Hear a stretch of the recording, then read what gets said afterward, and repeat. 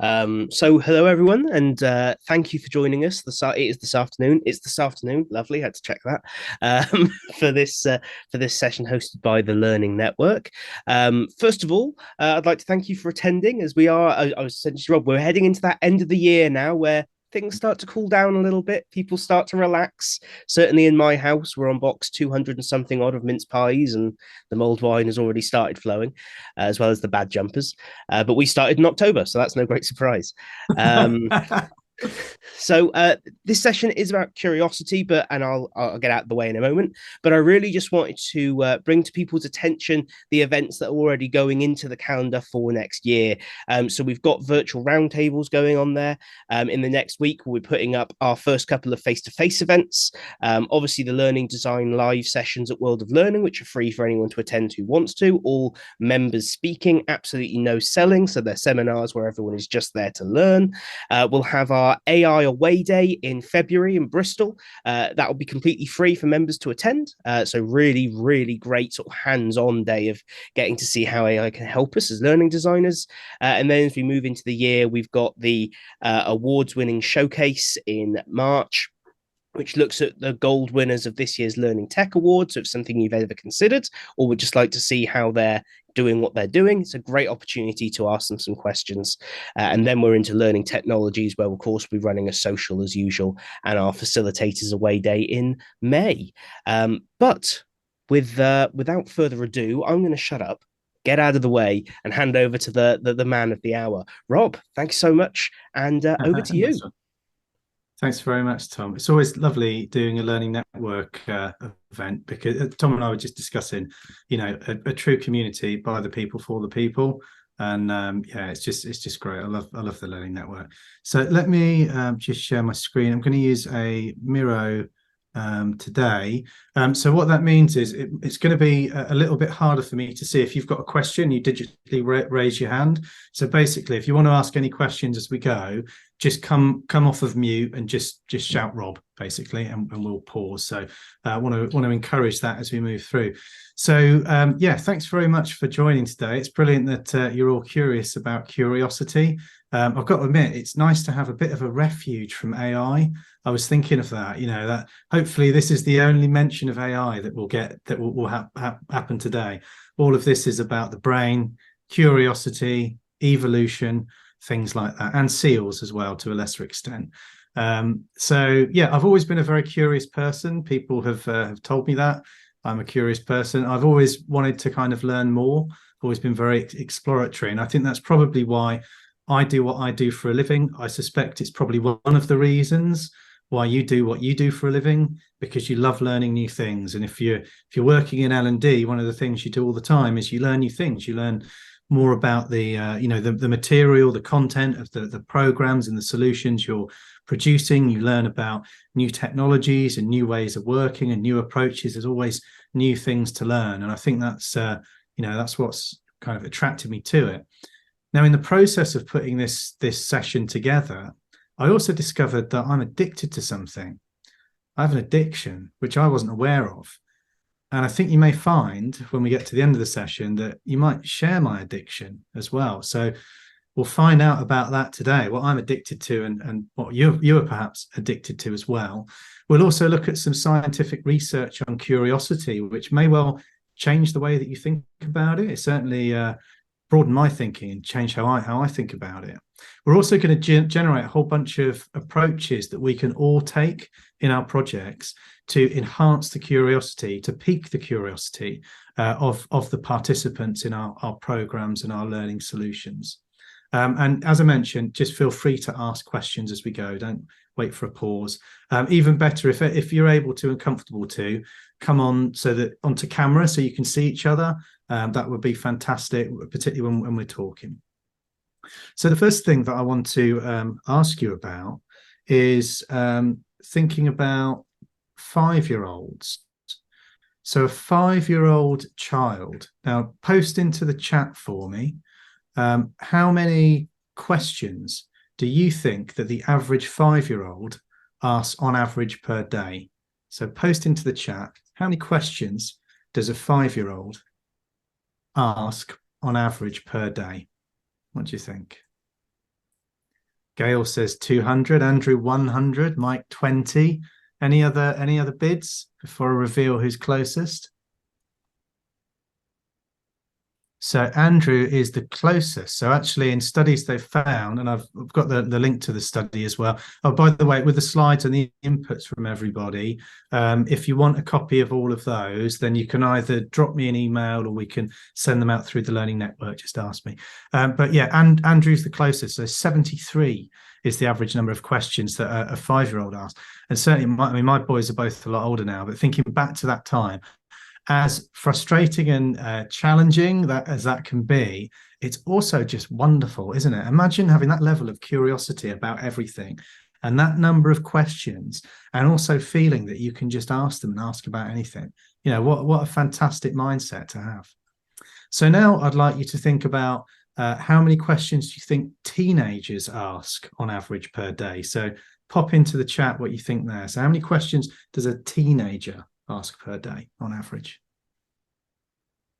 Is it more? Is it less? Mike's going 15. Anyone else? Well, you're all very shy today. Or you're typing in the study, aren't you? So you can go and look it up. Including or excluding why? I think probably genuine questions rather than things to get out of doing chores, for example. Gail, it depends to whom. To their parents a little, but to social media a lot more. Yeah, great point. So in fact, that links to what the study found. So teenagers are asked between 5 and 10 questions, depending on whether curiosity is encouraged. So, social media, the internet, for all of its pluses and minuses, it does kind of encourage curiosity, doesn't it? Because you can find this stuff up. So yeah, a bit lower there. So we've gone from 73 down to 5 to 10. So maybe an average there of 7 or 8 per day. Thinking about grown-ups now, how many questions do you think a specific type of grown-up, how many questions do you think a manager asks on average per day? So what do you reckon, managers? Andrew says 3. Who else? 5. Mike is pretty close to the money there. So actually 6 they've found is the average number of questions that managers ask. I guess a lot of this depends on the leadership style, organizational culture, and those kind of things. But yeah, I thought that's kind of interesting how curiosity seems to drop off with age for some people, at least. Yeah, super interesting. Now, curiosity is not just a nice to have. Curiosity has driven our evolution. So it's basically a kind of exploration bonus that we get. So we've evolved to think about doing things differently, to leave the beaten track, to explore, to get distracted, to generally arse about a bit on things that might seem on the face of it that we're wasting time. But the things that today might seem a waste of time or just a distraction or kind of idle play, tomorrow could be the things that actually help us survive as an individual, because we've explored something new, we've learned some new skills, we've tried something out. Now, we know from evolution that we are the ultimate learning machines. That's why we are at the heady heights of the top of the food chain, for better or worse, that's brought to the planet, but that's where we are. We're the ultimate learning machines, and for that, we need a healthy dash of curiosity to take full advantage of this learning capacity. Otherwise, we just wouldn't learn. So you can see how the brain has evolved to encourage us to be curious about things.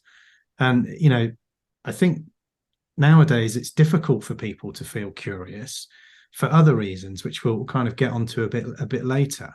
But we are naturally very curious. And this is something which I take great comfort from when things seem pretty kind of harsh in the world and hard to kind of face up to. That curiosity builds resilience of species. So if you have lots of different individuals doing slightly different things, then when things change, there's a good chance that some of those individuals are going to be able to handle it better than others. So we've seen this ability to play, to explore.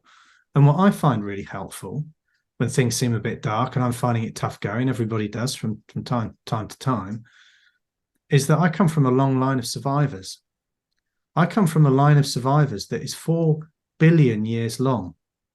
every single organism, every ancestor of mine, back to the first single-celled piece of life on this planet, has been resourceful enough, lucky enough, curious enough to learn, to survive, and to reproduce.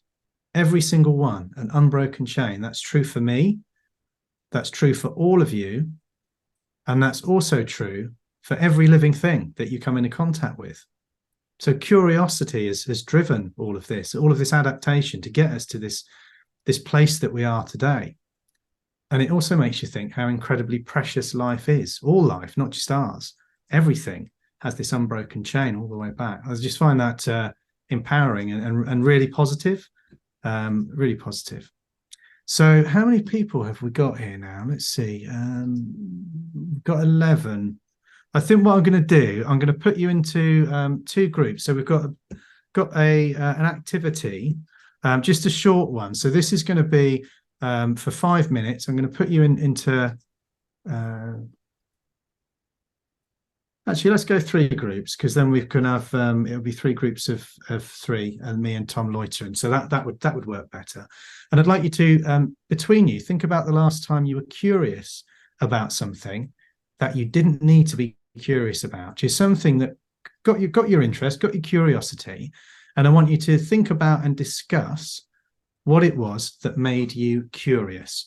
So let me open up the breakout rooms. We're going to go 3. I'll post the instructions into the chat for you as well, just so you've got them there. But 5 minutes in the rooms, introduce yourselves briefly, discuss between yourselves the last time you were curious about something that you wasn't a specific need for work. What was it that made you feel curious?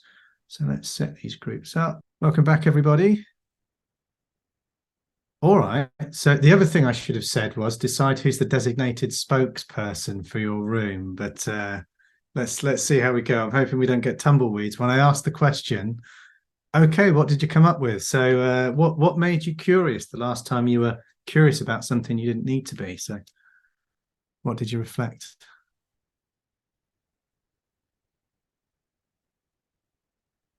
Come on. I know there's loads of you who are great at sharing here. Don't make me pick on people. You won't like it. All right, I'll let Helen speak for us two, because I can't talk very well today. Oh, I hope you feel better soon. Good one. And well done for volunteering somebody else. Go ahead, Helen. So Stevie had said that, she's naturally very curious, and heads down things. And we talked about AI and things like that. I'd shared that I'd seen something on Instagram and I'd never heard the phrase before. And that kind of headed me down a little rabbit hole as well. So it's things that spark your curiosity, isn't it? And off you go, finding out more, and then it either floats your boat or it doesn't, and you keep going. Yeah, that's interesting, Helen. So it's something that you weren't familiar with, something a bit unusual, a term that you saw, and it made you think, I want to know what that is. Yeah. That was triggered that. Very good. Thank you, Helen. Thank you. Who else? So what else made you curious about something? Who else wants to share? Well, I can go if nobody volunteers in our group. Thanks, Gail. So we were discussing. We started with the last time we were curious about something, and we came to the conclusion that some of us in the group had like a bit of opportunistic curiosity. So something pop up, and like we exposed ourselves to various sources of information, some more than others, and then you're kind of picking on things that present themselves, and then going into doing more research, and then we also, I would think that so we've got that was more the snacking on curiosity, so getting grabbed and but then I would think that on my case often I get a little bit like compulsive, so when I get my head into something, then I relate everything I do about it. So my coaching program like drug me into just being obsessive about coaching and listening, finding everything possible about it. And then lately I've moved on to AI. Sorry, I'm bringing it back, Rob. Wanted to know how it works and and then everything I read, everything I do, it's kind of linking to that. And so we've got I think Andrew called it the feasting on curiosity. So we've got snacking and feasting. Yeah, feasting. Very good. I guess as a coach, Gail, it's kind of your job to be curious, isn't it? It's your job to be curious about people, so you can help them develop. You can help them solve their problems. Yeah, absolutely. Yeah, I think also what you talked about there was the opening yourself up to lots of different influences from places, and kind of things that can pique your interest outside of what might be your kind of main kind of area of focus for your career, say, for example. So yeah, there's definitely something there around opening yourself up. Would anybody else like to share just before we move on? Anybody else want to share what it was that made them curious the last time? I gave a horribly generic example, probably Rob. I think it resonated with all of us in our little room. So there's an Instagram account called Depth of Wikipedia. It's basically all of the weird stuff you don't find on Wikipedia, and it sort of they surface it and make it available to everyone. It sort of led to a wider discussion about how actually that is an area of interest and curiosity, just clicking on Wikipedia articles, and sort of navigating the knowledge graph and sort of going from one topic to another. And I sort of finished with saying there's an interesting stat. If you click on the first inline link on a Wikipedia page, you're only ever 12 clicks away from the term philosophy. So yeah, there you go. If you're curious about that, there's a little experiment you can do right now that'll take you back to the philosophy page, whatever page you're on. Very interesting. So I mean, it's great that the internet has provided the opportunity for us to really feed our curiosity, particularly with resources like Wikipedia, where they're kind of community managed, so you can be reasonably confident in the quality of the content that you're getting there, and it does enable us to feed our curiosity. I mean, something that I find now, the sort of usefulness of the web for me is kind of like degraded as everybody publishes. Anyone can publish anything now and make it look like they know what they're on about, but what you get an awful lot of course, is opinions rather than facts. So that is something which I find blunts my curiosity when I go to learn about something, and I find I've invested 20 minutes of my time reading and watching and learning about something. It turns out it's actually just somebody's opinion. It's not kind of based on anything. It hasn't been triangulated. Whereas certainly with things like Wikipedia, you've got a level of rigor there. Yeah, very good. Thank you, Richard. So yeah, absolutely. So there's a good study here that I provide a link to in the slides as well. So a chap called Charan Ranganath. So he's a neuroscientist at the University of California. So he ran a study into how curiosity relates to learning. So what he found was that when we find that there's a gap in our knowledge, it piques our interest. We want to fill that gap. It's almost like a compulsion that we have. And he describes curiosity as like it's an itch that you have to scratch to fill that gap, to find that missing puzzle piece. Now, really interestingly, the scientists involved in the study found that people were better at learning information that they're curious about. So that kind of makes sense. That makes logical sense. But this is the bit which kind of like blew my mind, is that once curiosity kind of prepares the brain for learning and makes it more receptive.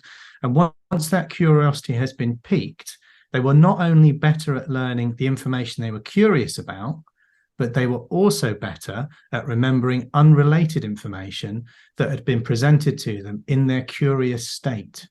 So I'm going to say that again, because that is like really fascinating. So once curiosity had been piqued, people were not only better at learning the information they were curious about, which makes logical sense, but also at remembering unrelated information that had been presented to them in their curious state. And when I read that, what that made me think of is, well, that sounds like a learning culture, doesn't it? That sounds like this mythical learning culture that organizations want, where people's curiosity is encouraged. You know, they're encouraged to ask questions. I thought that was just like absolutely bonkers. And then I was also really interested in the kind of reward that the brain gives. You know, I mentioned evolution earlier on. I'm very interested in evolutionary psychology, although psychologists will tell you that it's not a thing, it's a thought experiment. But I find it really useful to understand that the brain has evolved in the same way that the rest of our body has. And what is the evolutionary reason for it to evolve in that way? So the MRI scans during the study showed that curiosity being triggered increased activity in the hippocampus. So that's the part of the brain involved in the creation of memories, but it's also related to reward and pleasure. So igniting curiosity gives us a dopamine hit. It gives us a high. And then actually feeding that curiosity and finding that answer, learning something new, that also gives us a dopamine hit. So being curious and learning to plug that gap feels really good.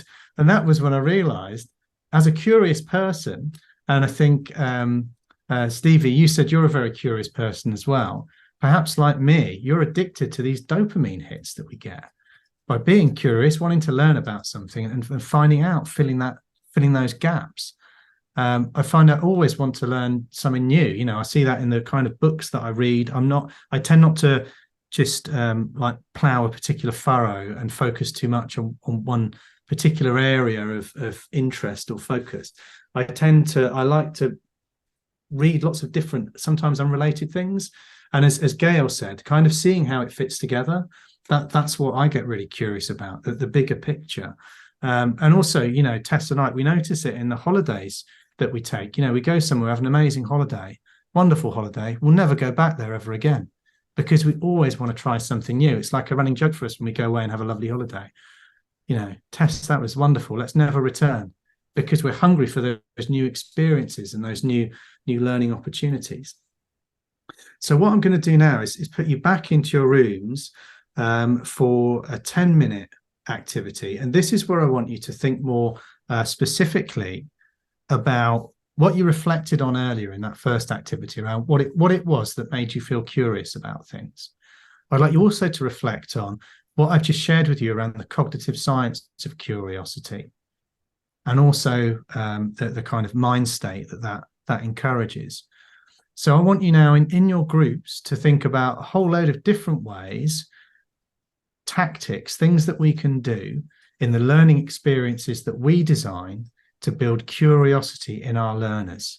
So what I hope you'll do, and what I'll do on the next slide, when you come back, I'm going to give you 10 minutes, then we're going to capture these on sticky notes. So what I hope is we're going to have a load of really good practical tactics based on some, you know, experienced people building on a decent cognitive science study there that all of us can use. So what I'm going to do, I'll open the rooms again, put you into your rooms. I'll post the instructions into the room chat for you. I'll give you 10 minutes and then come back. Let's capture all of those ideas. So I'm going to open the rooms now. Great. So I hope you've had great conversations there and have plenty to share, because I, for one, want to steal all of your ideas so that I can use them in the stuff that I do. And I also invite you to steal all of my ideas and use them in all the stuff that you do as well. So let me jump over to my Miro board. So what tactics have you come up with for the things that we can do in our learning programs or around them to increase the curiosity, build the curiosity in our learners? Just shout out whoever wants to go. Create a bit of FOMO. A bit of FOMO, fear of missing out. Yeah. Yeah, very good. That is a modern life thing, isn't it? FOMO. Brilliant. Thank you, Paula. What else? Less is more. Less is more. So don't give it all away at once. You mean, Andrew? Just provide them a little bit that piques people's interest, leads them on. Not even that. It's the difference between self-direction and self-determination. Self-direction is choosing from the list of things that you put out. Self-determination is allowing people to choose for themselves. So put just enough stuff there to spark it, but allow people to then go and find stuff out for themselves. Find it out themselves. Very good. Saves time and saves money as well. Lovely. What else have we got? One of the things we do is to ask them to read, reflect, and then discuss it with their tutor group, so that we want them to think about what they're reading. We trying to encourage critical thinking. So we'll ask them to to work on it with the group. We do blended learning, and we ask them to talk about things like that. Yeah, excellent. Reflection is so important and so seldom done. There's this thought that like, no, just please just flip up your head, pour all this stuff in that we're providing to you in whatever format is convenient for us to provide to you, and then you've got it and get on with your day job. And it's like, no, you do need to reflect on this, think about it, consider how you might apply it, and even better there, you've got as well, Stevie, is working with others and that kind of social collaboration. Brilliant. What else can we do? Yeah, but we have learners from 96 countries across the world. So it's interesting for them to find out what people in other countries are doing. So we try and encourage that as much as possible. Yeah. So I guess that's back to Gail's point, kind of opening yourself up to experiences through talking to people that you wouldn't have had the opportunity to before, getting you to think about things differently. Very good. What else can we add? For me, I've noticed that especially in virtual classroom, which is something I do a lot of, when the most appreciated part of the virtual classroom is always the breakout activities, and very often in programs, because there is too much packed in it, that the part that get always shortened. And I think that the wrong approach, and our conversations with Andrew about this, is less content and more creative space, thinking space. Yeah, you're after my heart there with that, Gail. That's exactly what I think. I always think sessions like this, if it's just an information broadcast, just watch a video, read a blog. It's like, I've got all of these talented, interesting people with all these different experiences. What a massive waste if I don't let you speak to each other. What a huge waste if I don't get you to contribute to something that's going to be for the betterment of all of us. Absolutely encouraging that conversation. Very good. But we do that. Any other ideas? We do that in the design piece so wrong. So if you assume capability equals capacity plus ability. Okay, so we focus on the ability bit in learning development. All of our work is to maximize ability. What we should be doing is maximizing capacity, i.e. creating space for people to perform. And we don't do that. What we do is just give people all the ability to do the job, but don't work with the business to give them the space to practice it or to even do the job in the first place. That's the problem. So because we're ability driven, we want to work on the big shiny new thing to make all this content around ability. We have to work on capacity, not ability, which is capability in an entirely different way. And unfortunately, most L&D people that I've worked with don't work that way. They work on the ability stuff because we're really proud of all the really good stuff we can produce. Look at this graphic, look at this animation, look at this cartoon, etc. Yeah, brings in culture, doesn't it? Or the culture that you're a part of, and basic things like workload. Everybody's so crazy busy now. Where do you elbow that space to reflect? Where do you elbow that space to, to think about things, to be curious, to explore? But it's so important. It really is. I find I'm very lucky to be able to do that, and I'm fairly disciplined that if I do need to really think about something, I tend to get away from my desk. I go out for a walk, I get moving. But best ideas, I find, don't come when I'm here in front of my computer. They come when I'm off doing something else and I'm not even really thinking about it, but you're giving yourself that mental headspace, that time and space to come up with those solutions. But yeah, you're absolutely right. Undervalued and done very seldom, because everybody's got targets. Everybody's got a 200 task to-do list, and quite often a manager breathing down their neck as well. What else have we got? Any other suggestions? I've got a few to share as well. It's not just take with me. I will be sharing back. But any more? We talked very briefly about non-linear learning. Lovely. Giving people the option to not to fail, I suppose, make mistakes.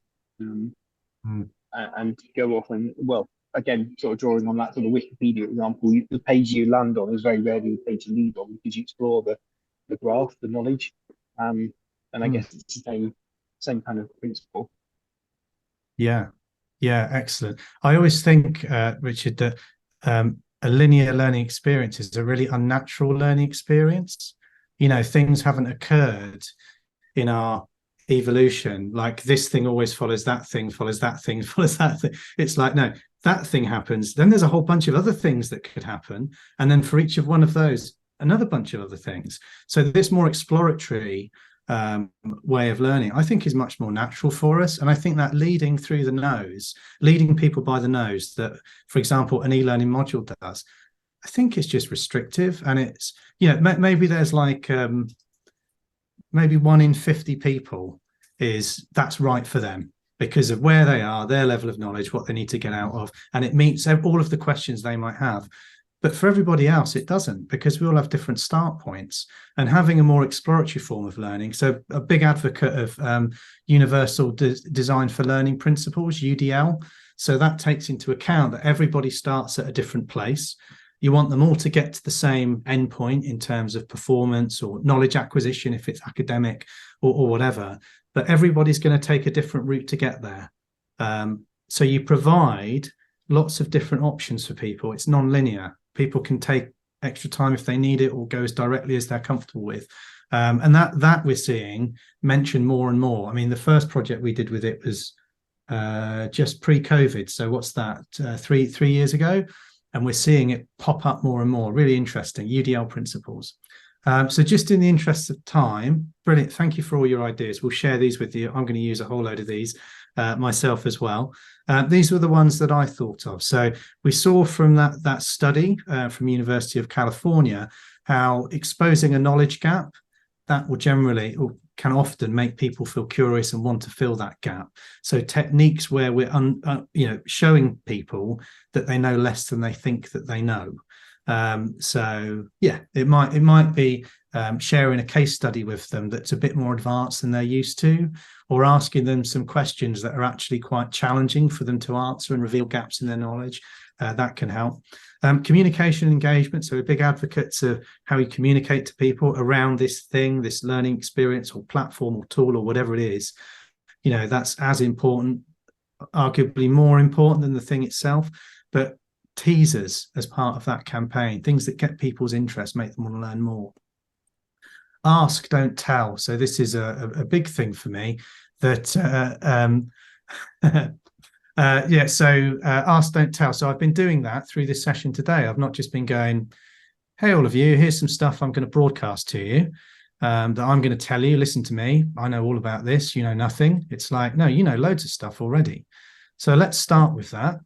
And ask about that and get you thinking about that stuff. And we know from other cognitive science studies that makes it more likely you're going to connect the stuff that you've learned today with your existing understanding of the topic. And that makes it a little bit more memorable for you as well. Cliffhangers as well. I mean, not to be overused. They can be, forgotten the author's name. There's one who's absolutely terrible for it, that writes these thrillers. At the end of every chapter, it's then, and little did they know that in the next few minutes, they were going to learn something that was going to change their life forever. And then the thing that they learn is, if you drive your car into a ULI zone, you get fined. You know, so it's something that's like, well, what's that going to be? Oh, it's absolutely nothing. So I wouldn't overuse cliffhangers, but that way of kind of leading on to something that's coming next, that can work well as well. And encouraging questions. You know, people should be able to ask questions. It's a great frustration of mine with many forms of traditional learning, whether that's in-person, virtual, face-to-face. You don't get to ask questions and explore things. So allow people to do that. Exploratory learning, as we heard from Richard there, I've already talked about that. The element of surprise. So I think, Gail, that relates back to your example about seeing something on Instagram that was unusual to you. You know, things that are surprising, not only pique our interest, but also they're more memorable because they're different to the norm. You know, that's what we remember, things that are a bit different. So cue lots of interesting fist fights with your comms department who want everything to look the same. But from a learning perspective, we want things to be unique, to be different. And storytelling, you know, we're so comfortable learning through stories. It's how we've passed passed down knowledge and packaged it up for, I think it's fair to say, as long as we've had language. You know, there's evidence going back, what is it, 40,000 years, I think it is, the cave paintings, but there's also some evidence allegedly for even earlier than that, 50,000 years and before. So storytelling is a great way to package together information, to give it context, and with a narrative arc, people want to know what happens next, what happens to the protagonist, what's going to happen in this situation, this scenario, this simulation when I make this particular decision. So storytelling works well as well.